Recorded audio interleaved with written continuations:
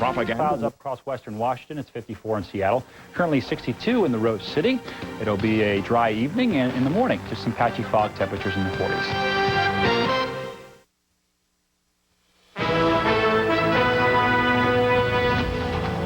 On World News tonight, more cases of anthrax and the great debate about where it came from and who could have prepared such a weapon. In many parts of the country, the public is not afraid. The Senate gives the Bush administration the broader police powers it has been seeking. The crime rate is up in many parts of the country. Since 9/11, the police are too busy doing other things. And the battle for public opinion. The U.S. cannot control the headlines in Pakistan.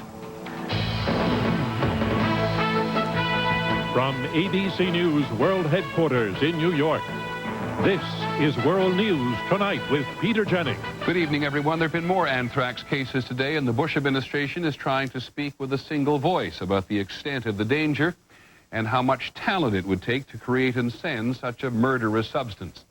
Federal officials say today that 10,000 people in the country are now taking antibiotics, either as a precaution against anthrax or because they have tested positive.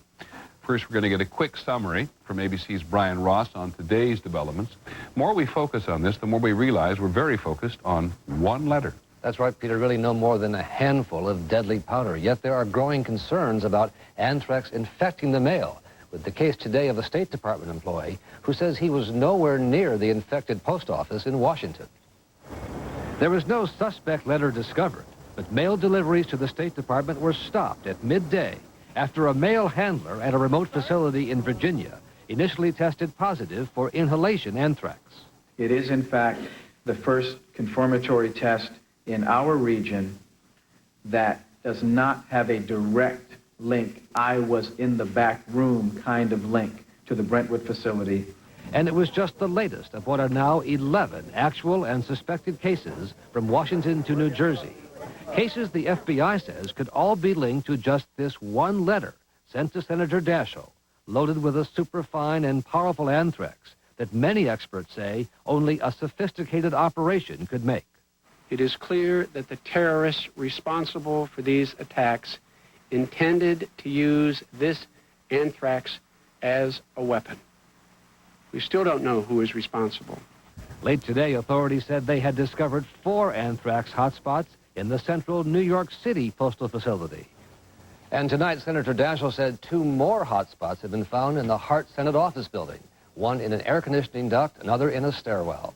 As well in Washington, 6 truckloads of mail for the White House and Congress were shipped to Ohio so they can be put through what is called E-beam technology, Peter, designed to kill any anthrax inside. Many thanks, Brian, for that summary of the day. It is clearly, and you can hear it, very frustrating for the Bush administration, not to mention the rest of us, that there are no clear answers about these anthrax attacks.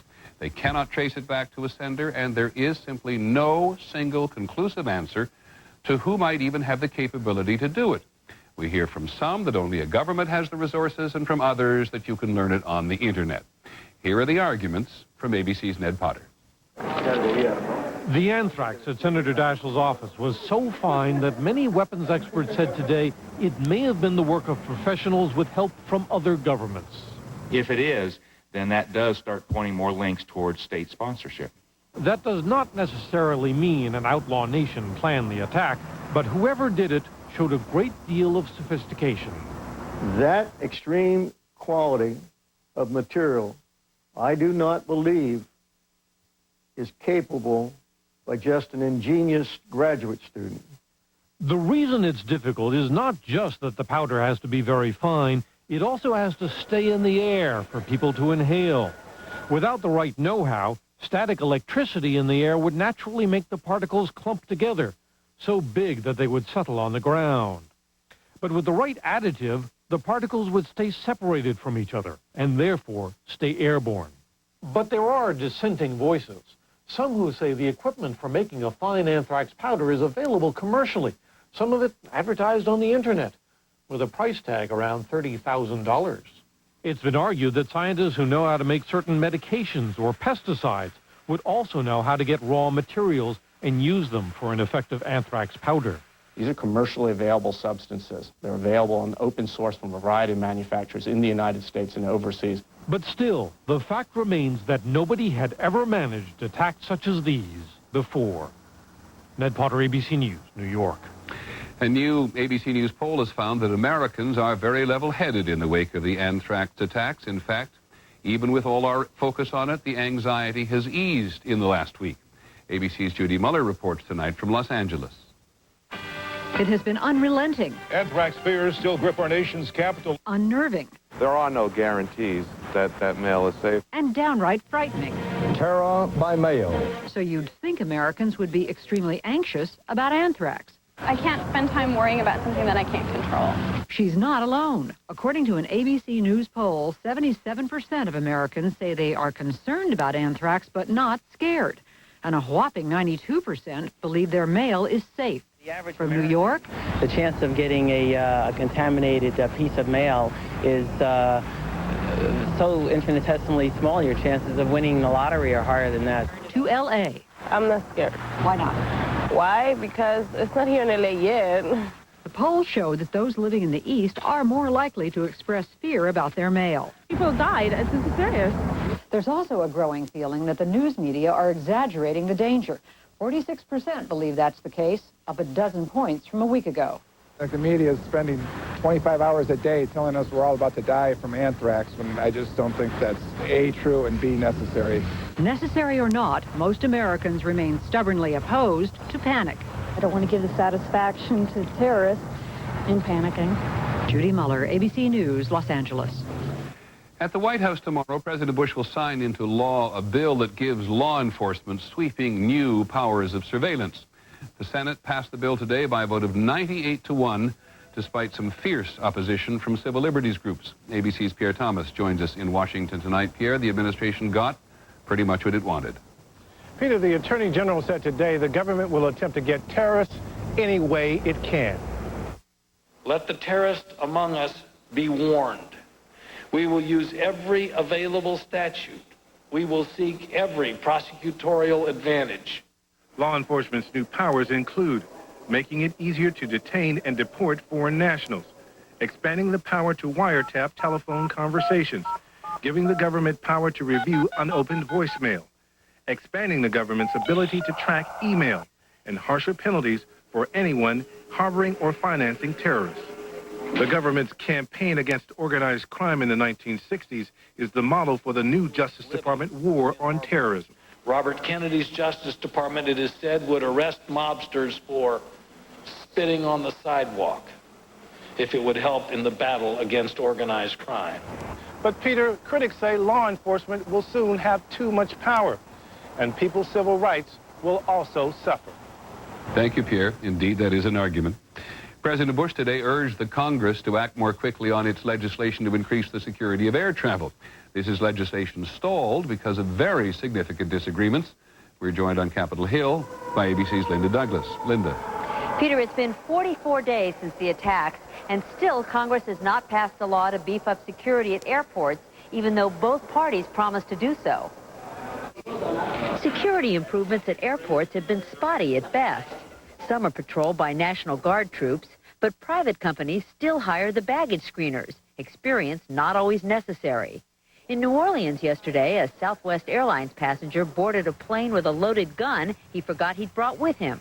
Today, the Secretary of Transportation pleaded with Congress to act before there is another tragedy. Today, I am just fearful that something major may occur without our getting to the point of getting this legislation completed. The Senate voted unanimously 2 weeks ago to create a federal security force for airports. But House Republican leaders are opposed to more federal workers. They want airport security done by private companies overseen by the government.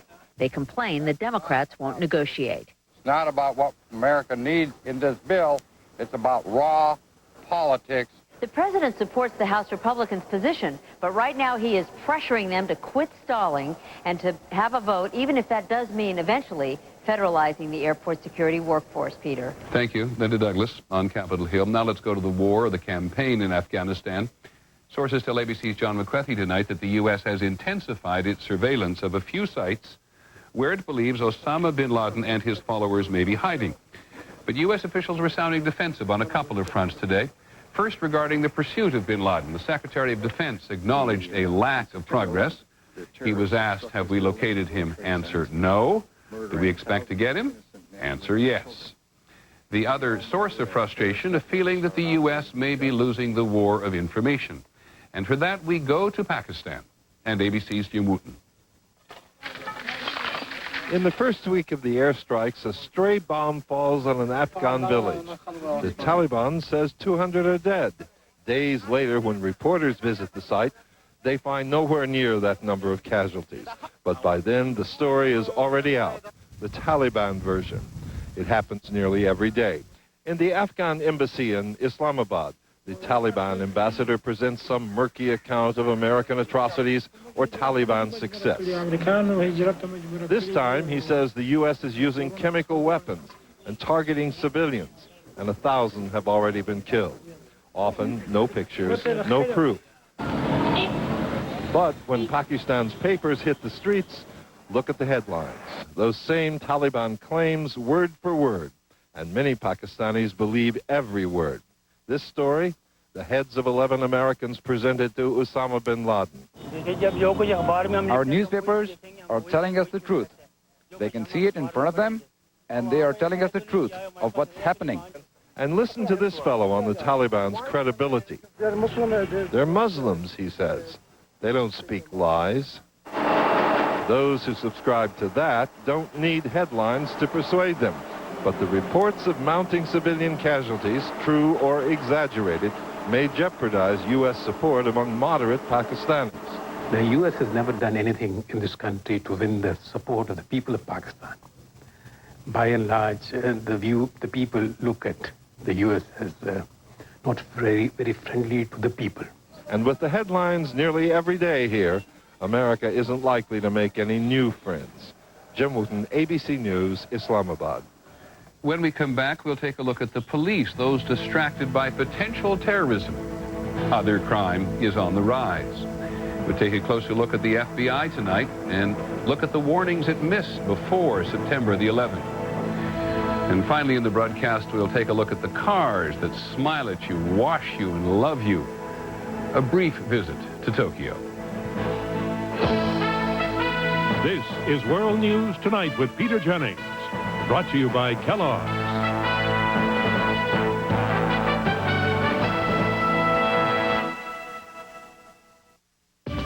Women want you to believe they have to suffer to stay in shape. But what about Kellogg's Special K? Does that look like suffering to you? Delicious, lightly toasted flakes and only 110 calories? Doesn't sound so bad to me. Maybe it's time for me to do the Special K thing. Kellogg's Special K. Looking good never tasted so great.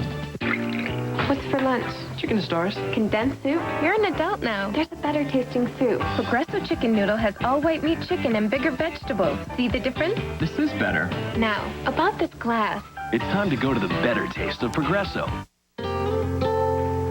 It seems like only yesterday. When I started skating at 8 years old, I never thought I'd experience the thrill of winning a medal. With all the great memories has come another thing I thought I'd never experience, the pain of osteoarthritis. Vioxx is here, a prescription medicine for osteoarthritis pain. With one little pill a day, Vioxx can provide powerful 24-hour relief. Vioxx specifically targets only the COX-2 enzyme, a key source of arthritis pain. People with allergic reactions such as asthma to aspirin or other arthritis medicines should not take Vioxx. In rare cases, serious stomach problems such as bleeding can occur without warning. Tell your doctor if you have liver or kidney problems. For more information, talk to your doctor about once daily Vioxx for the relief of osteoarthritis pain. Perhaps my biggest victory is to be able to plan my day around my life instead of my pain. Ask your doctor if Vioxx is right for you. Vioxx for everyday victories.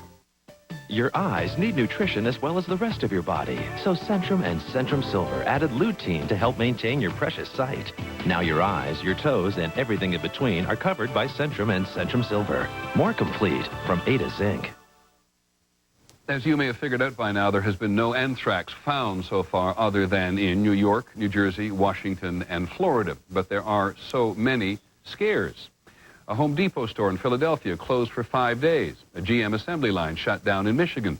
A building in Honolulu sealed off. A National Guardsman in Massachusetts charged with sprinkling foot powder on a Humvee. A loan office in Pennsylvania shut down when a mother mailed in her son's ashes to prove that he was dead. So many incidents, just a handful there, and they are taking up so much police time, which may explain why, in other regards, crime is up. Here's ABC's Michelle Norris. Before September 11th, police cars were a reassuring sight in the North Philadelphia area called the Badlands. You could see their presence. You would feel more comfortable. Now you very seldom see any cars parked. Many of those police cars are now here instead, guarding historic buildings downtown. The result, murders citywide shot up 28% and robbery 13% in the month after the terrorist attacks. These are what economists call opportunity costs. If I'm over here, I can't be here. It's an issue for police departments around the country. Officers once devoted to crime fighting are now on terrorism watch. This is the Des Moines Police Department. In Des Moines, Iowa, some desk officers have been sent back to the street. Stephen Anderson hasn't cruised in a patrol car in 12 years. If you'd have told me a month ago that I'd be doing this, I'd laugh and say, oh, you're just messing with me. New demands to fill in for officers who must now patrol the airport and those called up for active military duty. Where we used to have a bank robbery, an armed robbery situation, we would have 5 to 10 cars pull up there because now we're going to be doing that with 2 or 3. And in the nation's capital, so many sites require protection. Police Chief Charles Ramsey. The normal ceased to exist as we once knew it after September 11th. Washington had been a city on the rebound. Open-air drug markets were out of business, and the homicide rate was at a 10-year low. There are worries that could change. It takes too long to gain ground in the fight against crime. And what you don't want to do is lose it. And you can lose it a lot faster than you gained it. Across the country, police warn that the thin blue line is starting to fray. Michelle Norris, ABC News, Washington. In the national briefing tonight, there's some grim reports about the economy. The number of Americans filing for unemployment benefits reached its second highest level in 10 years last week. 504,000 new claims were filed. The housing market is suffering. Sales of existing homes fell by 11.7% last month.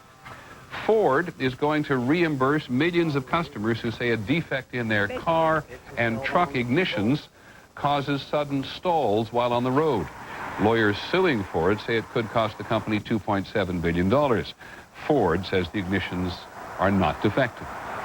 And the ferocious winter storm in the north has buried parts of the northern plains under almost a foot of snow and struck the Great Lakes region with hail and high winds. In North Dakota, highways were blocked and hundreds of drivers trapped. When we come back, we will take a closer look at the FBI, the Bureau, and the burden.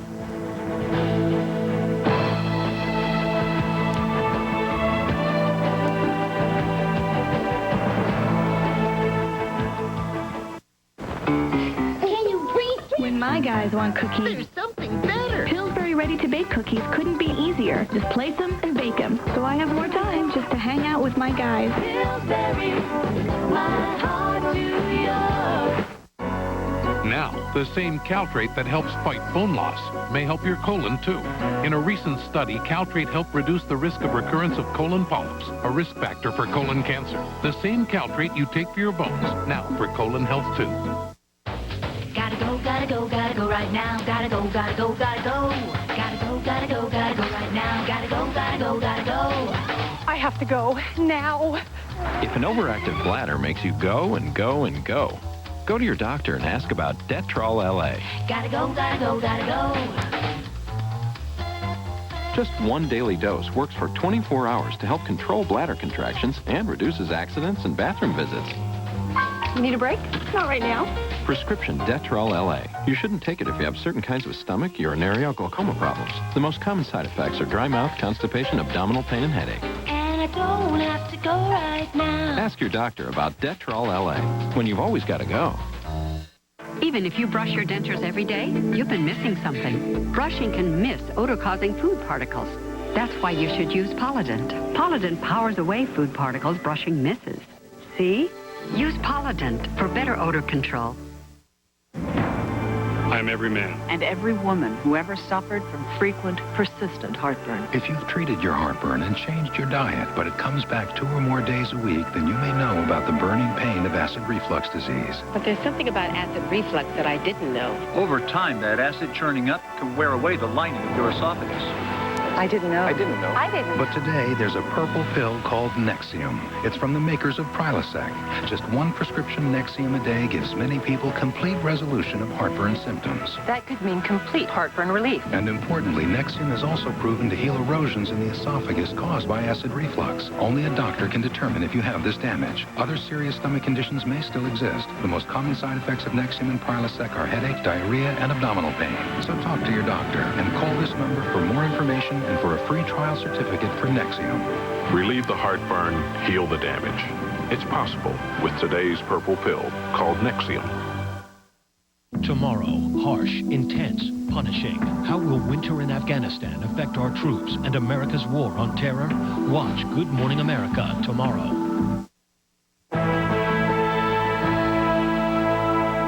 We've taken a closer look at various government agencies this week. Tonight, the FBI. No other government agency has had a bigger role in the search for the terrorists who attacked the U.S. or in trying to understand if other attacks are in the planning stage. For several years, as you know, the FBI has been the object of very serious criticism in one case after the other. The Bureau has 11,400 agents and 16,000 support personnel. Its budget last year was $3.5 billion. So how has the Bureau done in this crisis? Here's ABC's John Miller. In the month before September 11th, the FBI, working with counterparts in Europe, helped break up terrorist cells plotting attacks on American targets in 4 countries. The FBI is the finest investigative agency in the world. It was no secret to the FBI that al-Qaeda, bin Laden's organization, wanted to launch attacks on U.S. soil. But the FBI says it had no information about when or where. Unfortunately, the terrorist organization controls the agenda.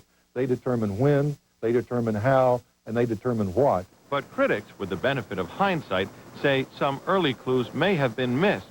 Weeks before the hijackings, the FBI received a CIA warning that 2 suspected terrorists had slipped into the United States. The FBI was unable to locate the 2 men, who later ended up among the 19 hijackers. They did, in August, arrest an Algerian man who aroused suspicions at a Minnesota flight school. But FBI headquarters denied the agent's request to obtain a warrant to search through the suspect's computer because before September 11th, the agents didn't have enough evidence that he was part of a terrorist plan. If going into that computer would have helped determine and detect what was about to happen, then it is absolutely essential that that go forward, even if you end up foregoing prosecution. And what about sharing information? After the September 11th attacks, police chiefs complained the FBI gave them these watch lists with the names of suspected terrorists, but little more information. The FBI was also criticized for taking too long to conduct tests and interview witnesses in the first anthrax cases in Florida and New York. There were missteps at the outset. I do not think that in any way that affected the investigation. Senator Charles Grassley is a longtime FBI critic. Director Mueller really has 2 wars going on simultaneously. One is external, and that's the war on terrorism. And the other one's internal, with his own bureaucracy. Robert Mueller, the career prosecutor who is the FBI's new director, comes from outside the Bureau to lead the FBI in perhaps the most challenging time in the agency's history. John Miller, ABC News, New York. When we come back, the final item in the broadcast this evening, just a car, but it's in touch with your feelings.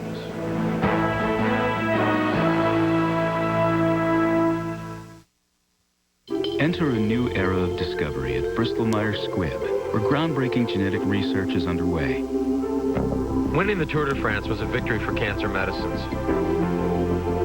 But Luke, it's just the start of incredible things to come. Imagine, Luke, your medical history, the story of your genes on a card you carry in your wallet. Your doctor sees your cancer coming years before and gives you a daily pill to take that could prevent it. At the Bristol-Myers Squibb Center for Applied Genomics, researchers strive to unlock the secrets of breast and colon cancer, Alzheimer's, and diabetes. They're developing medicines tailored to your unique genes. Bristol-Myers Squibb is beginning a revolution in medicine. Our goal is to extend and enhance life and to lead the way in new frontiers against disease. Hope, triumph, and the miracle of medicine. Bristol-Myers Squibb Company.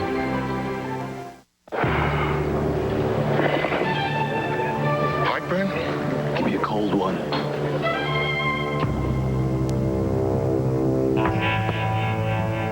Introducing Tums Cool Relief with unique Friva crystals. It gives you an immediate cooling, soothing sensation in your mouth and throat. You can feel the chill while it knocks out heartburn fast. I could really use a cold one. New Tums Cool Relief with calcium. Feel the difference. Wonder what's going on in your local public schools? Take a look. Teachers, parents, and support professionals are working together to make learning come alive. Teachers inspire our kids to reach new heights, whether it's helping students master the alphabet or explore new worlds on the computer. Our teachers are leading the way. Today, more than ever, we need public schools that work for every child and to teach the values that make America strong.